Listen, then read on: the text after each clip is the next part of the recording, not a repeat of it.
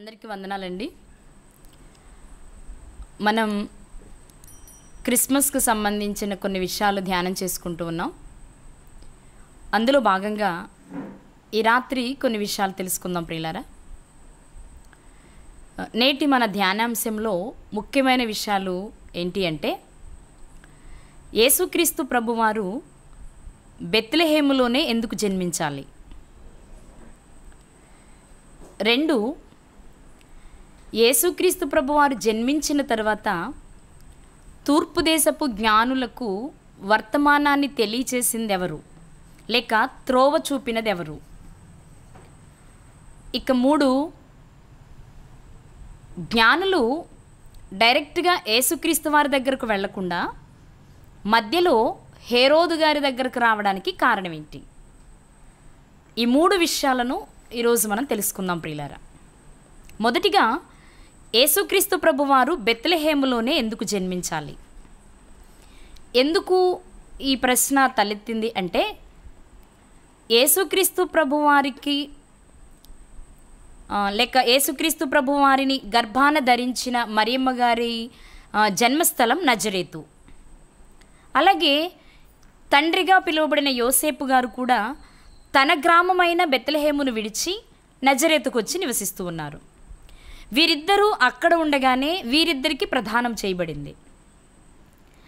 మరి ప్రదానం చేయబడిన తర్వాత అక్కడే ఆమె గర్భవతి అయ్యారు కనుక, గర్భవతి అయిన ఆమె అక్కడే ప్రసవిస్తే సరిపోతుంది కదా. నజరేతులో ప్రసవించవచ్చు, నజరేతులో ఆమె డెలివరీ అవ్వచ్చు. కానీ అక్కడెందుకు కాలేదు సరికదా. నెలలు నిండిన తరువాత, ఒక రకంగా చెప్పాలి అంటే, జనసంఖ్యలో వ్రాయబడుటకు వారు బెత్లెహేమునకు వెళ్ళినప్పుడు అప్పటికి ఆమెకు ప్రసవ దినములు నిండాయి, అంటే డెలివరీ అయ్యే సమయం ఆసనమైంది. అలాంటి స్టేజ్లో ఇక్కడ కాకుండా బెత్లెహేమునకు వెళ్ళిన తర్వాత డెలివరీ అవ్వడానికి కారణం ఏంటి అనేది కొంచెం మనం ఆలోచించాలి. తల్లిది ఈ ఊరే నజరేతే, తండ్రి ఉంటున్నది నజరేతే, అక్కడుండగానే వారికి ప్రదానం చేయబడింది, అక్కడుండగానే ఆమె గర్భవతి అయ్యారు. ఇన్ని జరిగినప్పుడు జననం మాత్రం బెత్లెహేములోనే ఎందుకు జరిగింది. పోనీ అలానే చాలా టైం ఉంది అనుకోవడానికి లేదు కదా. ఇంచుమించు డెలివరీ టైంకి అక్కడికి రీచ్ అయినట్టుగా మనకు కనిపిస్తూ ఉన్నారు. ఆ స్టేజ్లో అక్కడికి వెళ్ళడానికి కారణం ఏంటి అని కనుక మనం ఆలోచిస్తే, ఒక కారణం దేవుని ప్రణాళిక. ఇది దేవుని ప్రణాళిక. అందుకే రోమా ప్రభుత్వ కాలంలో రోమా చక్రవర్తి అయిన కైసర్ ఔగుస్తు ఒక ఆజ్ఞ జారీ చేశాడు. ఏమని? ప్రతి ఒక్కరూ ప్రజాసంఖ్యలో వ్రాయబడుటకు తమ తమ ఊర్లకు వెళ్ళాలి. ఈ శాసనం అప్పుడే ఎందుకు జరగాలి? ఒకవేళ జరిగినా అందులో వ్రాయబడుటకు వెళ్ళే సమయానికి ఈమెకి ప్రసవ దినాలు ఎందుకు నిండాలి? ముందే నుండి డెలివరీ అయ్యి బాబుని తీసుకుని వెళ్ళొచ్చు, లేకపోతే ఇంకా సమయం ఉండగాను కూడా వెళ్ళొచ్చు. ఇవన్నీ కానీ ఆ వర్తమానం రాజు చెప్పడం, లేక శాసనం రాజు చేయటం, వీరు వెళ్ళాలని నిర్ణయించుకోవడం, వెళ్ళినప్పుడే ప్రసవ దినములు నిండడం, ఇవన్నీ చూస్తే ఖచ్చితంగా ఇది దేవుని ప్రణాళిక అనేది మనకు అర్థమవుతుంది. ఇంతకీ ఏంటి దేవుని ప్రణాళిక అని మనం ఆలోచిస్తే, బెత్లెహేము అనేది దావీదు గారి సొంత ఊరు. అందుకే దానిని దావీదుపురం అని కూడా అంటూ ఉంటారు. దేవుడు దావీదు గారి సమయాన్ని, లేక దావీదు గారిని దృష్టిలో పెట్టుకుని ఒకనాడు సెలవిచ్చిన మాట ఏంటి అంటే, నీ సింహాసనం మీద ఖచ్చితంగా ఒకడు కూర్చోవడానికి ఉంటాడు అని చెప్పారు. అంటే నేను చరిత్రలోని విషయాలు ఎక్కువగా మీతో మాట్లాడడానికి ఇష్టపడట్ల. దావీదు గారిని గురించి దేవుడు సెలవిచ్చిన మాట మనందరికీ తెలుసు. ఎలా అంటే, సౌలు గారు దేవుని కృపకు దూరమైనట్లుగా దావీదు గారితో దేవుడు చెప్పిన మాట ఏంటి అంటే, నా కృప నీకు దూరం చేయను, ఎప్పటికైనా ఒక గోత్రమైనా నీ కొరకు ఉంచుతాను, నీ సింహాసనం మీద కూర్చోవడానికి ఒక వ్యక్తి అయినా ఉంటారని చెప్పారు. అందులో భాగంగానే పాత నిబంధనలో ఎన్నో విషయాలు యేసుక్రీస్తు వారిని గురించి మాట్లాడుతున్నప్పుడు దావీదు గారి వేరు చిగురు అని, దావీదు గారి ఇంటి తాళపు చెవి అని, దావీదు గారి కుమారుడు యేసుక్రీస్తు అని అనేక సందర్భాలు మనం చదువుకుంటూ వస్తాం. ఒకసారి ఒక్కసారి జ్ఞాపకం చేసుకొని మనం ముందుకు వెళ్దాం. యెషయా గ్రంథము 6వ అధ్యాయము 13వ వచనం. దానిలో 10వ భాగము మాత్రము విడవబడినను అదియును నాశనమగును, సింధూర మస్తకి వృక్షములు నరకబడిన తరువాత అది మిగిలియుండు మొద్దు వలె ఉండును, అట్టి మొద్దు నుండి పరిశుద్ధమైన చిగురు పుట్టును. దీనినే మనం మరొక వచనంలో చూడగలిగితే యెషయా గ్రంథము 11వ అధ్యాయము 1వ వచనం. ఆ మొద్దు ఏదో ఇక్కడ చెప్తూ ఉన్నారు. మనం ఏం చదివాము 6వ అధ్యాయంలో? అట్టి మొద్దు నుండి పరిశుద్ధమైన చిగురు పుట్టును. ఏంటి ఆ మొద్దు? యెషయి మొద్దు నుండి చిగురు పుట్టును. ఇంతకీ మొద్దు అనగానే చిగురొచ్చే మొద్దు, అది ఏ మొద్దు? యెషయి అనే మొద్దు. యెషయి ఎవరు? దావీదు గారి తండ్రి. ఓకే, అంటే దావీదు గారి వంశములో నుండి పరిశుద్ధమైన చిగురు వస్తుంది. ఏ చిగురు? పరిశుద్ధమైన చిగురు అనగానే మీకు చాలా వరకు తెలిసిన విషయమే. ఎవరు ఆయన అంటే యేసుక్రీస్తు ప్రభువారు. అలాగే ఇంకొన్ని వచనాలు క్రీస్తు వారిని గురించి దావీదు గారితో పోలుస్తూ మాట్లాడిన మాటలు మనం చూడగలిగితే యెషయా గ్రంథము 22వ అధ్యాయము 22వ వచనం. నేను దావీదు ఇంటి తాళపు అధికార భారమును అతని భుజము మీద ఉంచెదను. అతడు తీయగా ఎవడునూ మూయజాలడు, అతడు మూయగా ఎవడునూ తీయజాలడు. ఏంటది? ఇంటి తాళపు అధికార భారం. ఏ ఇంటి తాళం? దావీదు ఇంటి తాళం. అవునా? దావీదు వంశములో నుండి, దావీదు ఇంటి నుండి ఒక చిగురు పుడుతుంది, ఒక భారం ఒక వ్యక్తి మీద పెట్టబడుతుంది. అతడు వేయగా ఎవరు తీయలేరు, అతడు తీయగా ఎవరు వేయలేరు. అలాంటి ఒక వ్యక్తి పుడతారు, వస్తారు అని చెప్తూ వచ్చారు. మరొక మాట చూద్దాం. ఇర్మియా గ్రంథము 23వ అధ్యాయము 5వ వచనము.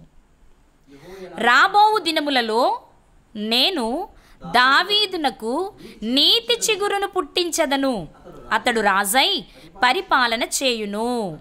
చాలండి, ఇక్కడ ఏం కనిపిస్తుంది? దావీదునకు నీతి చిగురు పుట్టించదను. ఎవరు ఆ చిగురు? యేసుక్రీస్తు ప్రభువారు. అలాగే అతడు రాజై పరిపాలన చేయును అంటూ కనిపిస్తూ ఉంది మనకి. అలాగే మరొక మాట చూద్దాం. ఇర్మియా గ్రంథము 33వ అధ్యాయము 15వ వచనం. ఆ దినములలో ఆ కాలమందే నేను దావీదునకు నీతి చిగురును మొలిపించెదను. చాలండి, ఏ చిగురు? మనం చదువుకున్న విషయాలను బట్టి యెషయి మొద్దు నుండి, దావీదు ఇంటి నుండి నీతి అనబడే యేసుక్రీస్తు వారు చిగురుగా వస్తారు అనేది మనకి ప్రవచనాలలో కనిపిస్తున్న విషయం. మరి ఇప్పుడు దావీదు గారి ఇంటి నుండి, దావీదు గారి వంశము నుండి రావాలి అంటే దావీదు గారి ఊరిలో నుండే రావాలి. అందుకే మీకా భక్తుడు ప్రవచిస్తూ ఒక మాట చెప్పారు. ఏంటో ఒకసారి ఆ మాట చూద్దాం. మీకా గ్రంథము 5వ అధ్యాయము 2వ వచనం. బెత్లెహేము ఎఫ్రాతా, యూదావారి కుటుంబములలో నీవు స్వల్ప గ్రామమైనను నా కొరకు ఇశ్రాయేలీయులను ఏలబోవువాడు నీలో నుండి వచ్చును. చాలండి, ఇక్కడ వ్రాయబడిన మాట మీరు ఒకసారి గమనించాలి. దేవుడు దావీదు గారి సింహాసనాన్ని నిలుపుతాను అన్నారు శాశ్వతంగా. అలాగే దావీదు గారి వంశములో నుండి, దావీదు గారి గోత్రములో నుండి, దావీదు గారి గ్రామములో నుండే ఒక రాజు రావాలి. అందుకే ఇక్కడ వ్రాయబడిన మాట, బెత్లెహేము ఎఫ్రాతా, యూదావారి కుటుంబములలో నీవు స్వల్ప గ్రామమైనను. ఏ గ్రామము? స్వల్ప గ్రామము. చాలా గ్రామాలు ఉన్నాయి, గొప్ప గ్రామాలు ఉన్నాయి, కానీ స్వల్ప గ్రామమైన బెత్లెహేము నుండే ఒక రాజు పుట్టాలి. అతడు దావీదు గారి సింహాసనాన్ని అధిష్ఠించాలి. అందుకే యేసుక్రీస్తు ప్రభువు వారు జన్మించక మునుపే మరియమ్మ గారి దగ్గరకు వర్తమానాన్ని తెచ్చిన దూత ఏ మాట సెలవిచ్చారో ఒకసారి చూద్దాం. లూకాసు వార్త 1వ అధ్యాయము 32వ వచనం. ఇక్కడ మరియమ్మ గారు గర్భవతి అయి ఒక కుమారుని కంటారని చెప్తూ ఆయన గురించి చెప్తూ ఉన్నారు. లేదు, 31 నుండి చదువుదాం, ఇంకా క్లియర్గా ఉంటుంది. ఇదిగో నీవు గర్భము ధరించి కుమారుని కని ఆయనకు యేసు అను పేరు పెట్టుదువు. ఆయన గొప్పవాడై సర్వోన్నతిని కుమారుడు అనబడును. ప్రభువైన దేవుడు ఆయన తండ్రి అయిన దావీదు సింహాసనమును ఆయనకిచ్చును. ఏమని వ్రాయబడింది ఇక్కడ అండి? ప్రభువైన దేవుడు ఆయన తండ్రి అయిన దావీదు సింహాసనమును ఆయనకిచ్చును. ఇక దావీదు గారు యేసుక్రీస్తు వారికి తండ్రా? మామూలు వరుసలు బట్టి ఆలోచిస్తే కాదు, కానీ కొంచెం లోపలికి వెళ్ళి ఆలోచిస్తే పితరులను తండ్రి అని సంబోధిస్తారు. పితరులను ఏమంటారండి? తండ్రి అని సంబోధిస్తారు. అయితే యేసుక్రీస్తు వారు దావీదు గారి వంశావళిలో నుండే వచ్చారు కనుక దావీదు గారికి కుమారునిగా పిలువబడ్డారు. అందుకే మత్తయి సువార్త 1వ అధ్యాయం 1వ వచనంలో అబ్రహాము కుమారుడును దావీదు కుమారుడునైన యేసుక్రీస్తు వంశావళి అని వ్రాయబడింది. దావీదు గారికి యేసుక్రీస్తు వారు ఎలా కుమారుడు అని గనక మనం ఆలోచిస్తే, ఒకటి, తన పితరుడు కనుక పితరులను తండ్రి అని పిలుస్తారు. 2, యూదా రాజులలో లేక ఇశ్రాయేలు రాజులలో దావీదు గారు పరిపాలించే నాటికి యూదావారు ఇశ్రాయేలీలు 2గా విడిపోలేదు. అప్పుడు పరిపాలించిన రాజులలో దేవుని దృష్టిలో గొప్పగా పిలువబడిన రాజు ఎవరు అంటే దావీదు గారే. ఒక మాటలో చెప్పాలంటే విడిపోయిన తర్వాత యూదా గోత్రంలో పేరు చెప్పుకోదగిన రాజులు ఒకరిద్దరే కనిపిస్తూ ఉంటారు మనకి. యెహోషాపాతు గారు, యోషియా గారు, ఇలాంటి వారు కొందరు కనిపిస్తారు, తక్కువ. కానీ చాలా జాగ్రత్తగా ఆలోచిస్తే దేవుని మనస్సుకు నచ్చినట్లుగా ప్రవర్తించిన రాజు ఎవరు అని ఆలోచిస్తే దావీదు గారే మనకు కనిపిస్తారు. ఇక అతని తరువాత అతనికి మించిన గొప్ప స్థితి కలిగిన రాజు ఎవరైనా ఉన్నారు అంటే యేసుక్రీస్తు వారే. అంటే ఈ లోక సంబంధమైన పరిపాలన కాకపోయినా ఏ లోపము లేని పరిపాలన చేసిన వ్యక్తిగా యేసుక్రీస్తు వారు మనకు కనిపిస్తూ ఉంటారు. అందుకే యేసుక్రీస్తు వారిని దావీదు గారికి కుమారునిగా పిలుస్తూ ఉంటారు. క్రొత్త నిబంధనలు మనం చాలాసార్లు చూస్తాం. ఏమని? దావీదు కుమారుడా మమ్మను కరుణించు, దావీదు కుమారునికి జయము అనే పదాలు మనం క్రొత్త నిబంధనలో చాలా చూస్తాం. కాబట్టి ఇక్కడ ఒక విషయాన్ని మనం గమనించగలిగితే దావీదు గారికి యేసుక్రీస్తు వారు కుమారుడు. ఏ విషయంలో అంటే రాజు అనే విషయంలో. రాజుగా ఆయన కుమారుడు కనుక దావీదు గారి సింహాసనాన్ని అధిష్ఠించే అవకాశం దేవుడు యేసుక్రీస్తు వారికి ఇచ్చారు. లేక యేసుక్రీస్తు వారు ఆ సింహాసనాన్ని అధిష్ఠించడానికే వచ్చారు. అయితే ఆ సింహాసనాన్ని యేసుక్రీస్తు వారు అధిష్ఠించాలి అంటే, ఆ సింహాసనాన్ని యేసుక్రీస్తు వారు అధిష్ఠించాలి అంటే ముందే ప్రవచనం చెప్పబడింది. ఏమని? బెత్లెహేము ఎఫ్రాతా, నువ్వు యూదా ప్రధానులలో స్వల్ప గ్రామమైనను ఇశ్రాయేలను నా ప్రజలను ఏలబోవువాడు నీలో నుండి వచ్చును. మరి ఈ వచనం నెరవేరాలి అంటే, లేక ఈ ప్రవచనం నెరవేరాలి అంటే ఖచ్చితంగా యేసుక్రీస్తు ప్రభు వారు ఎక్కడ జన్మించాలి? ఖచ్చితంగా యేసుక్రీస్తు వారు బెత్లెహేములోనే జన్మించాలి. ఒక్క విషయం మీకు అర్థం కావాలనుకుంటున్నా, లేక మీకు అర్థమయ్యేలా చెప్పాలనుకుంటున్నా. అదేంటి అంటే, యేసుక్రీస్తు వారు జన్మించడానికి అన్ని అవకాశాలు నజరేతులో ఉన్నప్పటికీ ప్రవక్తలు చెప్పిన ప్రవచనం ఏంటది? మీకా గారు చెప్పిన ప్రవచనం, లేక మనం చదువుకున్న యెషయా గారు, ఇర్మియా గారు, యెహెజ్కేలు గారు, వీరంతా చెప్పిన ప్రవచనాల ప్రకారం యేసుక్రీస్తు వారు బెత్లెహేములోనే జన్మించాలి. ఈ ప్రవచన నెరవేర్పు జరగాలి కనుక దేవుడు మనుషుల్లా ఆలోచించేవారు కాదు కాబట్టి చాలా ఉన్నతంగా ఆలోచించారు. ఏంటది? మామూలు విషయం అనుకోండి, ఇప్పుడు జనసంఖ్య విషయం కాకుండా, కైసరు చక్రవర్తి ఆజ్ఞ కాకుండా ఏదైనా చిన్న విషయం అనుకోండి, యోసేపు గారు ఆ స్థితిలో ఉన్న భార్యను వెంట పెట్టుకుని వెళ్ళేవారా? ఖచ్చితంగా వెళ్ళరు. ఎందుకనంటే తర్వాత ముందు చూసుకుందాం అనుకునేవారు. కానీ రాజు శాసనం చేశాడు, చక్రవర్తి శాసనం చేశాడు కనుక దాన్ని ఎదిరించడానికి అవకాశము లేదు. కనుక దేవుడు ఎలా ప్రణాళిక ఏర్పాటు చేశారు అంటే, ప్రవక్తల ప్రవచనం నెరవేరాలి అంటే యోసేపు మరియమ్మలు బెత్లెహేముకు వెళ్ళాలి. అలా వెళ్ళాలి అంటే కదిలించే సంఘటన జరగాలి.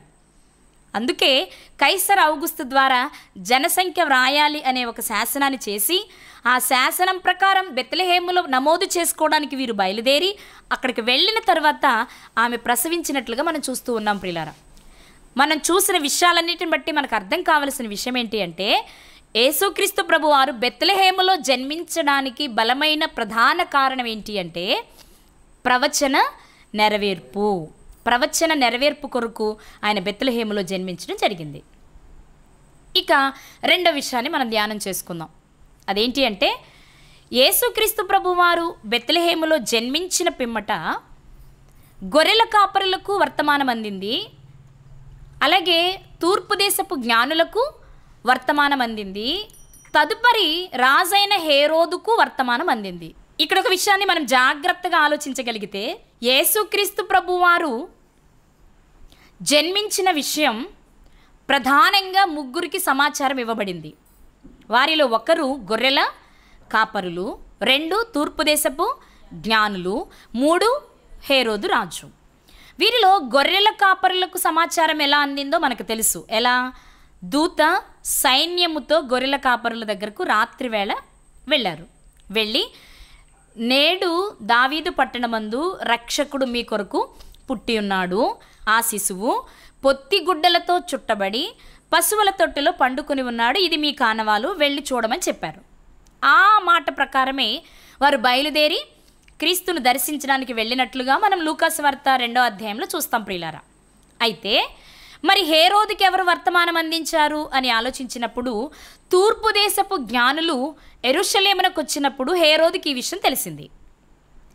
ఇక మధ్యలో తూర్పు దేశపు జ్ఞానులకు ఈ సమాచారాన్ని అందించినది ఎవరు అనగానే క్రైస్తవ సమాజం చెప్పే సమాధానం మీ అందరికీ బాగా పరిచయం. ఇంకా చెప్పాలి అంటే క్రిస్మస్ పండుగ వస్తుంది అనగానే క్రైస్తవులంతా ఏం చేసుకున్నా చేసుకోకపోయినా ఖచ్చితంగా ప్రతి ఇంటి దగ్గర ఏం వెలుగుతుంది? స్టార్, నక్షత్రం వెలుగుతుంది. దానికి గల ప్రధాన కారణం ఏంటి అంటే క్రిస్మస్ను జరుపుకునే విషయంలో ఒక ప్రధాన పాత్ర స్టార్కు కూడా ఉంది, లేక నక్షత్రానికి కూడా ఉంది.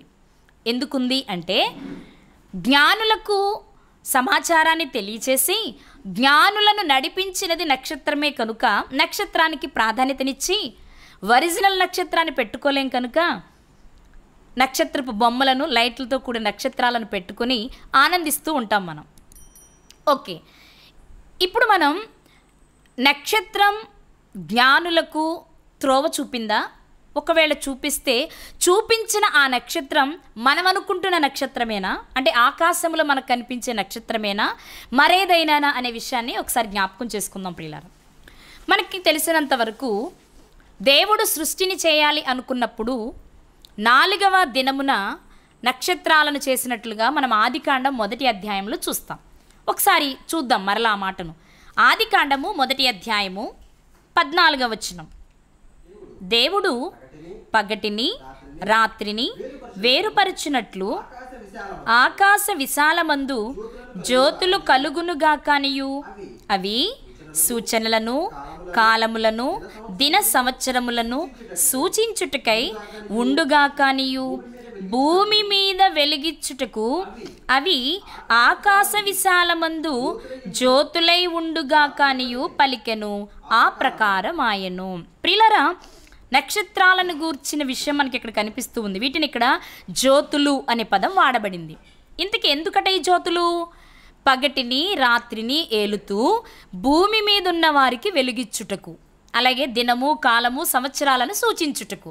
ముఖ్యమైన విషయం ఏంటి అంటే ఈ నక్షత్రములు లేక జ్యోతులు ఎందుకట?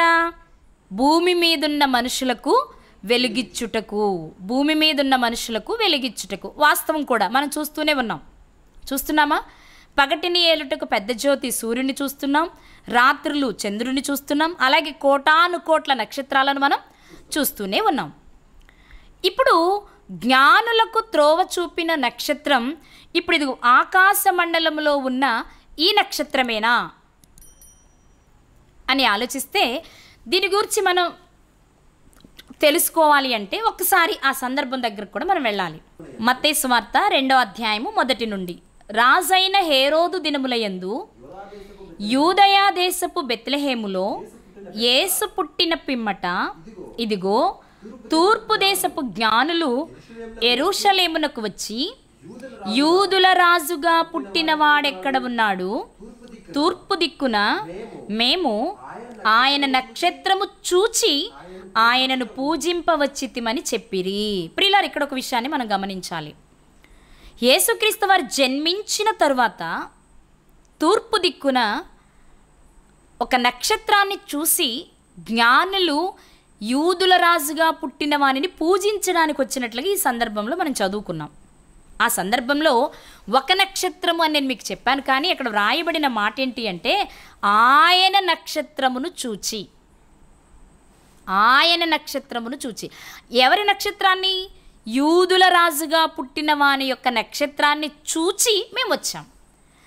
కానీ చాలామందిలో ఉండే ఒక అభిప్రాయం ఏంటి అంటే తూర్పు దిక్కున ఒక నక్షత్రాన్ని వారు చూశారు, ఆ నక్షత్రమే వారిని నడిపించుకుంటూ వచ్చింది అని మాట్లాడుతూ ఉంటారు. కానీ జాగ్రత్తగా ఆలోచిస్తే తూర్పు దిక్కున వారు చూసిన నక్షత్రం యెరూషలేము వరకు వారిని నడిపించలేదు. జాగ్రత్తగా గమనించాలి. తూర్పు దిక్కున నక్షత్రాన్ని చూచి వీరు ప్రయాణమై వచ్చారు. ఇంకా మనకి లాజిక్గా ఆలోచిస్తే మనకు విషయం అర్థమవుద్ది. అదేంటంటే నిజంగా ఆ నక్షత్రమే వారిని నడిపిస్తూ వస్తే అసలు వారు యెరూషలేమునకు హేరోదు దగ్గరికి వెళ్ళవలసిన అవసరం ఉండేదంటారా? కాదు. అంటే దీన్ని బట్టి మనకి ఏమర్థం కావాలి? తూర్పు దిక్కున వారి దేశంలో వారు ప్రయాణం కొనసాగించడానికి ముందు ఒక నక్షత్రాన్ని చూశారు.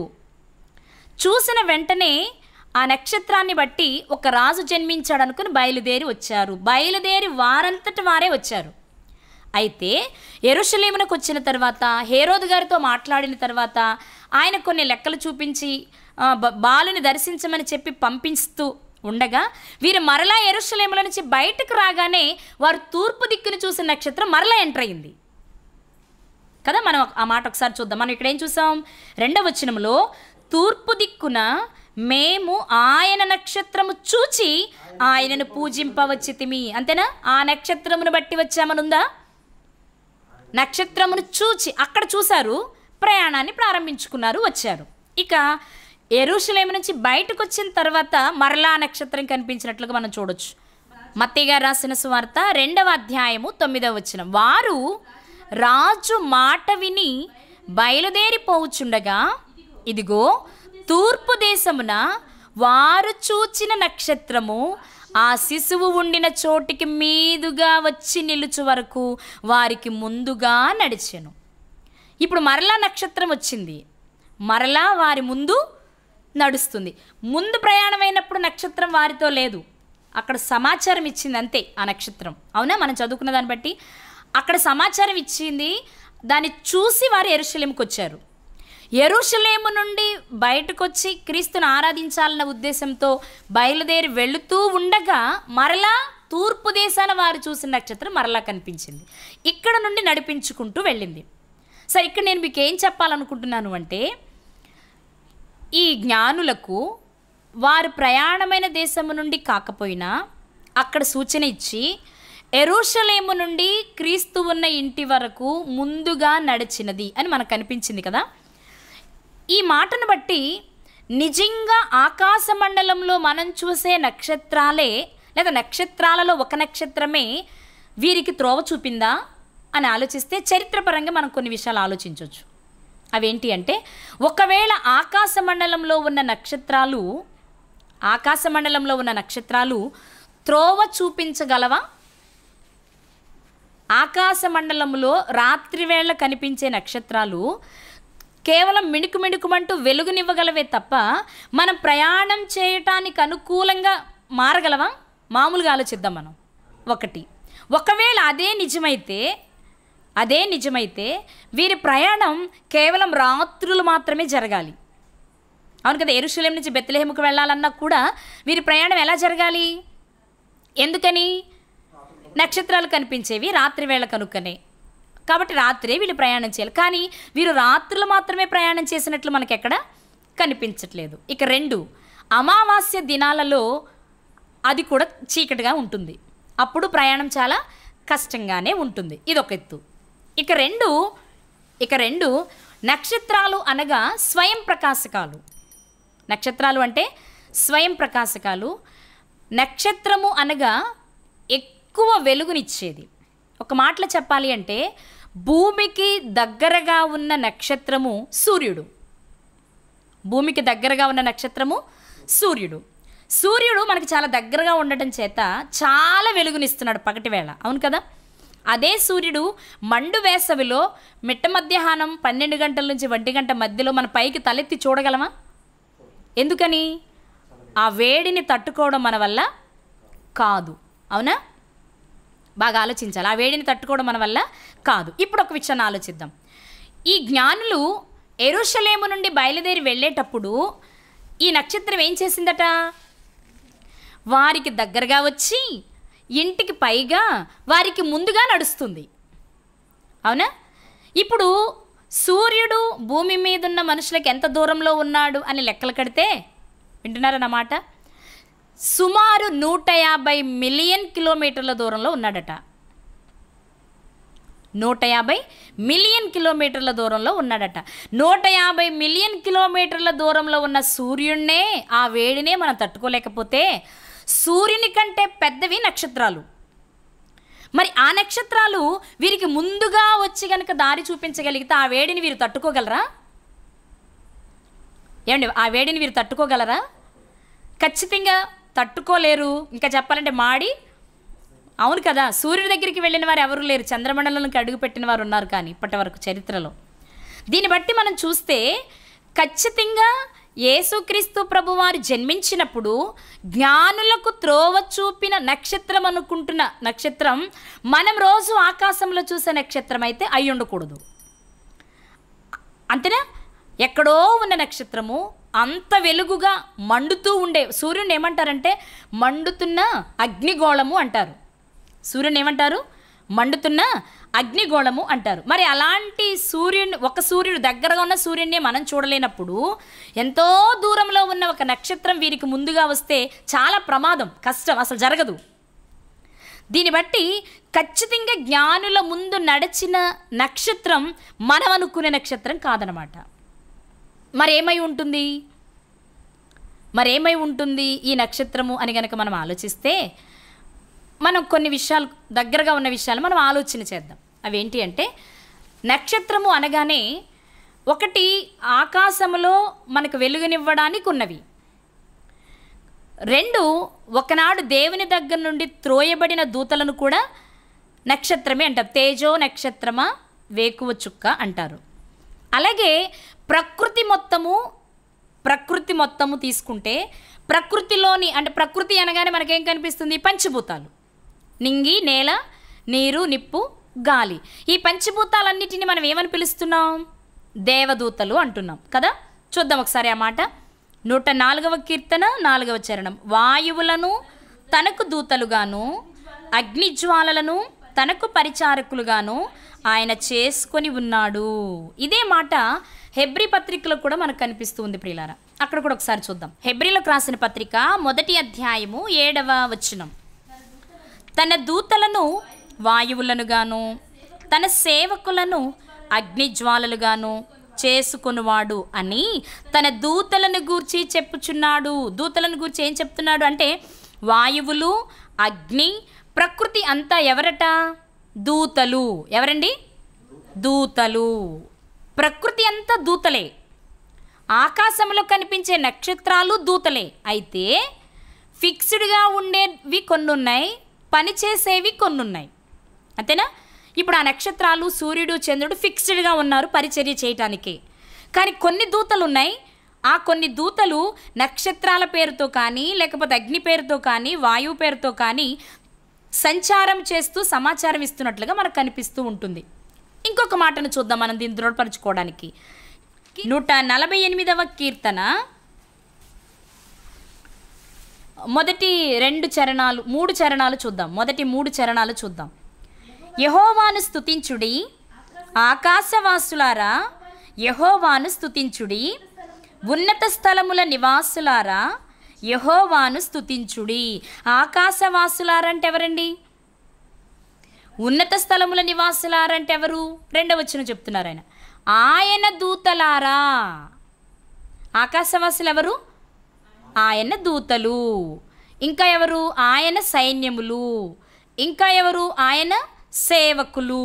3వ వచనం చదువుదాం. ఆకాశవాసులు ఎవరు అంటే, సూర్యచంద్రులారా ఆయనను స్తుతించుడి, కాంతిగల నక్షత్రములారా మీరందరూ ఆయనను స్తుతించుడి. ఇక్కడ స్తుతించమని చెప్పడానికి ఆకాశవాసులకు, ఉన్నత స్థలము నివాసులైన సూర్యచంద్ర నక్షత్రాలకు చెప్తూ వాటినే మరొక పదంతో కూడా ఆయన వాడుతూ వచ్చారు. ఏమని? ఆయన దూతలారా అన్నారు. నక్షత్రములు ఎవరు అనగా దేవుని దూతలు. మళ్ళీసారి, నక్షత్రములు అనగా దేవుని దూతలు. ఈ నక్షత్రాలు 2 రకాలు. ఒకటి ఫిక్స్డ్గా ఆకాశంలో ఉండి మనకు పరిచర్య చేస్తున్నవి, 2 సమాచార రూపంలో, దూత రూపంలో తిరుగుతూ ప్రకాశిస్తూ ఉండేవి. ఇది ఎలాగూ అనేది మనం బలపరుచుకోవాలి అంటే, మన బలపరుచుకోవాలి అంటే గొర్రెల కాపరుల దగ్గరకు వచ్చింది దూత కదా. అక్కడ ఏం జరిగిందో చూస్తే మనకు అర్థమవుతుంది ప్రియులారా. లూకాసు వార్త 2వ అధ్యాయము 8-9 వచనాలు. ఆ దేశములో కొందరు గొర్రెల కాపరులు పొలములో ఉండి రాత్రివేళ తమ మందను కాచుకొనుచుండగా ప్రభువు దూత వారి యొద్దకు వచ్చి నిలిచెను. ప్రభువు దూత వారి యొద్దకు వచ్చి నిలిచెను. ప్రభు మహిమ వారి చుట్టూ ప్రకాశించినందున వారు మిక్కిలి భయపడిరి. ప్రియులారా, ఇక్కడ ఒక విషయాన్ని మనం జ్ఞాపకం చేసుకోగలిగితే గొర్రెల కాపరుల దగ్గరకు ఒక దూత వచ్చారు. ఇక్కడ ఒక దూత వచ్చినట్లు కనిపిస్తుంది, ప్రభు దూత అని కనిపిస్తుంది. కానీ ఈ దూత ఒకరు కాదు అని, సైన్యము అని మనకు అర్థమవుతుంది. ఇక్కడ 13వ వచనంలో చూసుకున్నట్లయితే లూకాసు వార్త 2వ అధ్యాయము 13వ వచనం. వెంటనే పరలోక సైన్య సమూహము ఆ దూతతో కూడా ఉండి, ఈ ఒక్క దూతే కాదు, దూతతో కొంత సైన్య సమూహం ఉంది. వీరంతా కలిసి గొర్రెల కాపరుల దగ్గరకు వచ్చినప్పుడు ఆ కాపరుల చుట్టూ ఏం జరుగుతుంది? గొర్రెల కాపరుల దగ్గరకు దూత వచ్చారు, దూతతో కొంత సైన్యము ఉంది. ఈ దూత వచ్చినప్పుడు ఏం జరిగిందో మనం 9వ వచనంలో చూసాం. ప్రభు దూత వారి యొద్దకు వచ్చి నిలిచెను. ప్రభు మహిమ వారి చుట్టూ ఏం జరుగుతుంది? ప్రకాశిస్తుంది. ప్రకాశమానము కలిగింది అక్కడ. ప్రకాశం అంటే, ప్రకాశించడం అంటే వెలగడం, అవునా? జనరల్గా ఈ ప్రకాశించడం అనే పదాన్ని ఎక్కడ వాడతాం మనం? నక్షత్రాల దగ్గర, లైట్ల దగ్గరే వాడతాం కదా. అంటే ఇక్కడ ఒక విషయాన్ని మనం జాగ్రత్తగా గమనిస్తే, గొర్రెల కాపరుల దగ్గరకు దూతొచ్చారు. దూతొచ్చినప్పుడు ప్రకాశము కలిగింది. ప్రభు మహిమ వారి చుట్టూ ప్రకాశించింది. ఈ ప్రకాశమానము వచ్చిన వెంటనే మాట్లాడిన మాట ఏంటో మనం చదివాం అందరి కదా. అయితే ఆ దూత, భయపడకుడి, ఇదిగో ప్రజలందరికీ కలుగబోవు మహా సంతోషకరమైన సువర్తమానము నేను మీకు తెలియజేయుచున్నాను అని చెప్పారు. దూత రాగానే ఏమొచ్చింది వారి చుట్టూ? వెలుగు. ఏమొచ్చిందండి వారి చుట్టూ? ప్రకాశము. ఇక్కడ ఒక మాట మీకు చెప్పాలి. అదేంటి అంటే, గొర్రెల కాపరుల దగ్గరకు వచ్చిన దూత వెలుగునిచ్చింది, ప్రకాశమానం కలిగింది. అలాగే జ్ఞానులు చూసిన నక్షత్రం కూడా ఎలా ఉండుంటుంది? అప్పుడు వెలుగుగానే ఉండుంటుంది. ఇక్కడ ఒక విషయాన్ని మనం జాగ్రత్తగా గమనిస్తే, గొర్రెల కాపరుల దగ్గరకు వచ్చినది నక్షత్ర రూపంలో దూత అయి ఉండాలి, కానీ వారు దూతగా మాట్లాడుతున్నారు. జ్ఞానుల దగ్గరకు వెళ్ళింది నక్షత్ర రూపంలో దూతే, కానీ వారు నక్షత్రమని మాట్లాడుతున్నారు. అంటే ఒక మాటలో చెప్పాలి అంటే, ఇద్దరి దగ్గరకు సమాచారాన్ని ఇవ్వడానికి వెళ్ళింది దేవదూతలే, ఇద్దరి దగ్గర ప్రకాశమానం కలిగింది. కానీ ప్రకాశమానమును బట్టి నక్షత్రమని సంబోధించారు జ్ఞానులు, దూతాన్ని సంబోధించారు గొర్రెల కాపరులు. ఇక రెండో విషయాన్ని మనం జాగ్రత్తగా ఆలోచించగలిగితే, ఇక్కడ దూత గొర్రెల కాపరుల దగ్గర ఒక విషయాన్ని చెప్పారు. ఏమని? ఇదిగో ప్రజలందరికీ కలుగబోవు మహా సంతోషకరమైన సువర్తమానము నేను మీకు చెప్తున్నాను. దావీదు పట్టణమందు నేడు రక్షకుడు మీ కొరకు పుట్టి ఉన్నాడు. గొర్రెల కాపరులకు చెప్పేటప్పుడు రక్షకుడు పుట్టారు అని చెప్పారు. అక్కడ జ్ఞానులు యెరూషలేమునకు వచ్చిన తర్వాత హేరోదు గారిని ఏమని అడిగారు? యూదుల రాజుగా పుట్టినవాడు ఎక్కడా అని అడిగారు. అవునా అండి? అసలు ఆయన యూదులకు రాజు అనే సంగతి జ్ఞానులకు ఎలా తెలుసు? యూదులకు రాజు అనే సంగతి జ్ఞానులకు ఎలా తెలుసు? చాలామందికి ఉన్న అభిప్రాయం ఏంటంటే, వారు ధర్మశాస్త్రాన్ని పరిశీలించారు, వారి ధర్మశాస్త్రంలో యేసుక్రీస్తు రాజుగా పుడతారని తెలుసు కాబట్టి అడిగారు అనుకుందాం. నిజమే అనుకుందాం. ఒకవేళ నిజంగా ధర్మశాస్త్రం తెలిసి, ధర్మశాస్త్రంలో ఉన్న విషయమే తెలిస్తే, అంత ధర్మశాస్త్రం తెలిసిన వారికి ఆయన బెత్లెహేములో పుడతారని తెలీదా? అది కూడా తెలియాలి కదా.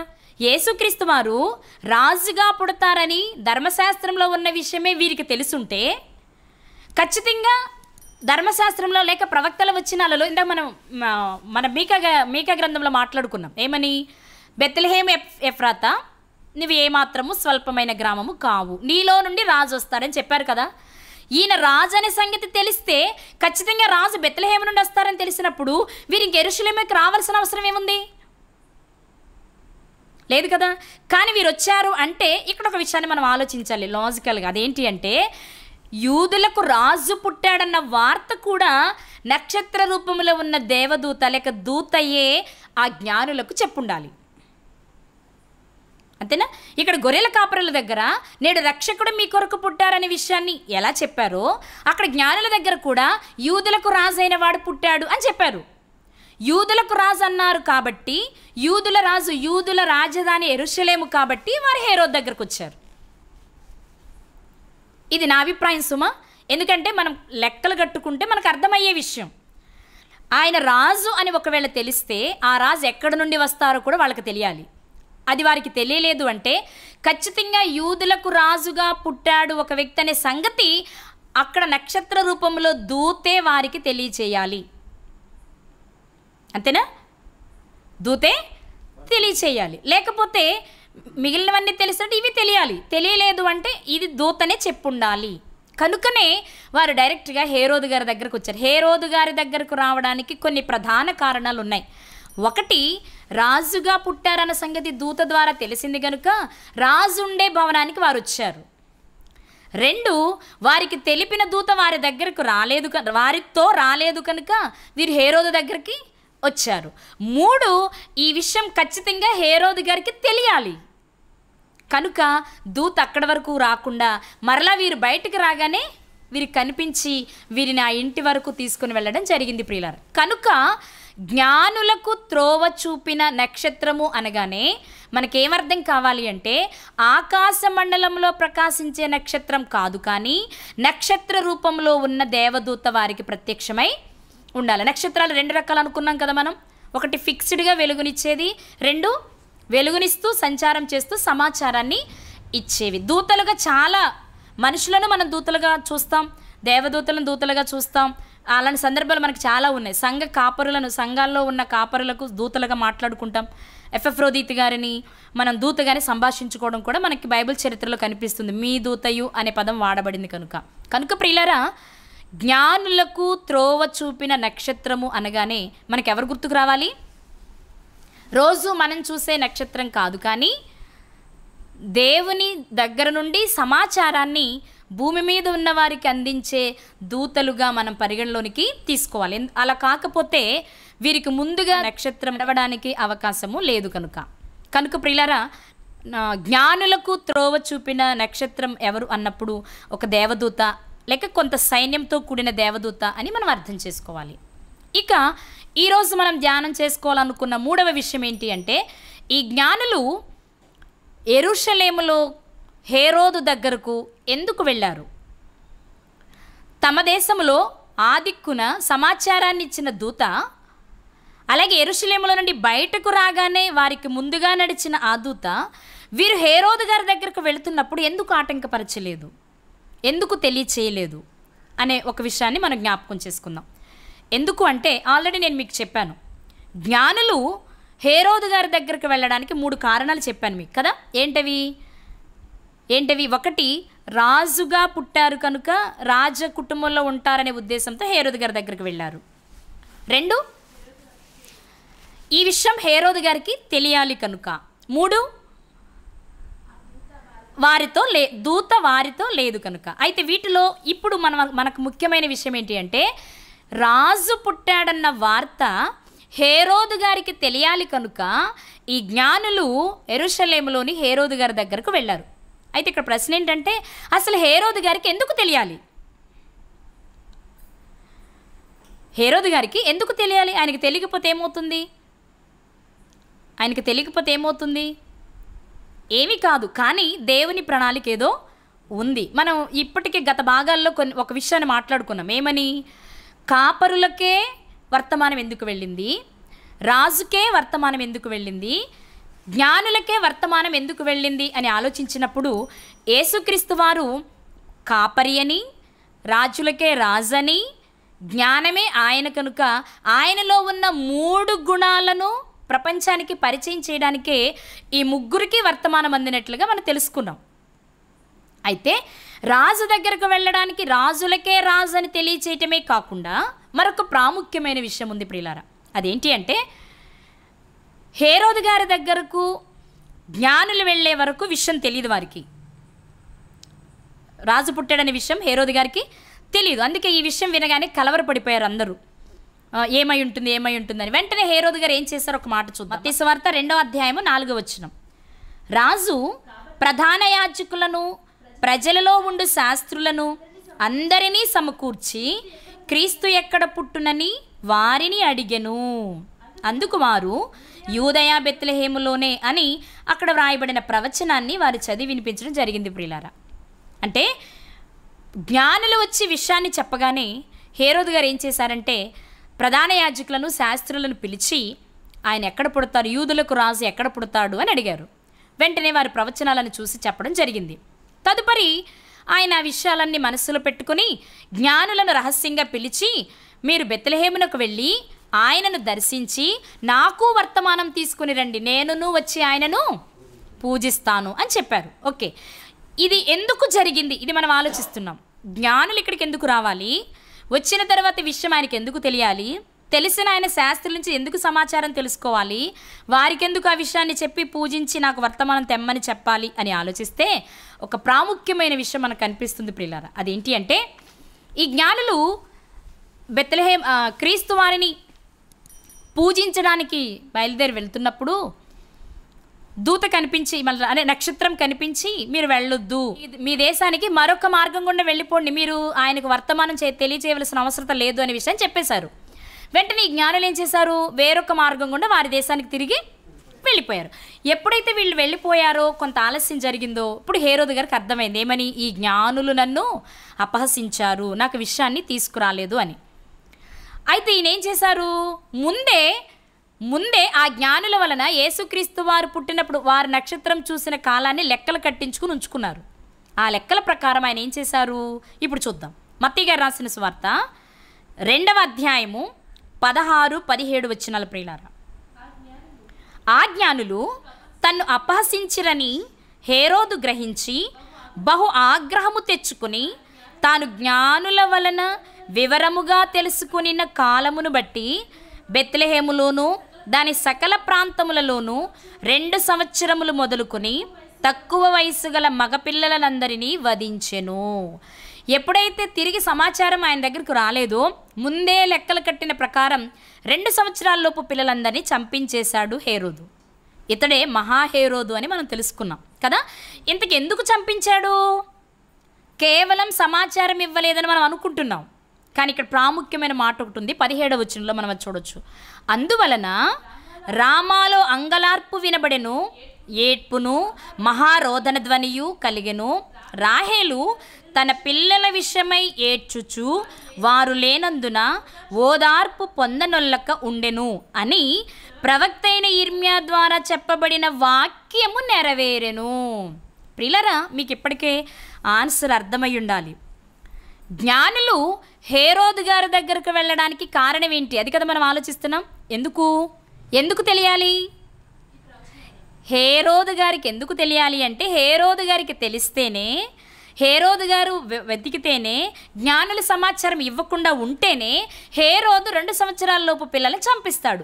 2 సంవత్సరాల లోపు పిల్లలను చంపిస్తే కానీ ఇదిగో ఈ ప్రవచనం నెరవేరదు.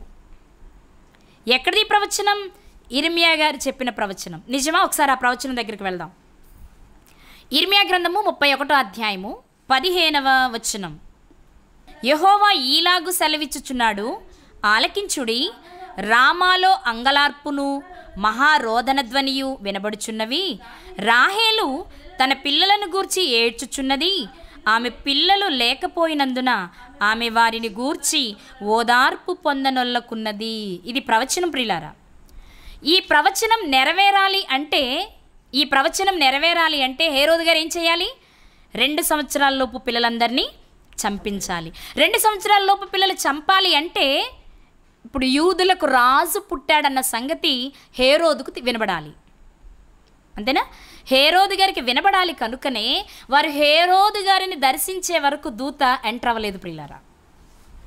అక్కడ నక్షత్రాన్ని చూశారు, తదుపరి వారి ప్రయాణం కొనసాగిస్తూ వచ్చేశారు. కానీ ఈ విషయం హేరోదు గారికి తెలిసిన తర్వాత మరలా వాళ్ళు బెత్లెహేముకు వెళ్ళాలి అనుకోగానే మరలా దూత ఎంటర్ అయిపోయి వారికి దారిని సుగమం చేశారు. అంటే ఒక్క విషయం మనకు అర్థం కావాలి, అదేంటి అంటే జ్ఞానులు హేరోదును దర్శించడానికి కారణాలు 3 వెతుక్కున్నాం. అందులో ప్రధాన కారణం ఏంటి అంటే ఇదిగో ఈ వచనం రామాలో అంగలార్పు వినబడును అనే ప్రవచన నెరవేర్పు జరగాలి కనుక జ్ఞానులు హేరోదు గారిని దర్శించడం జరిగింది.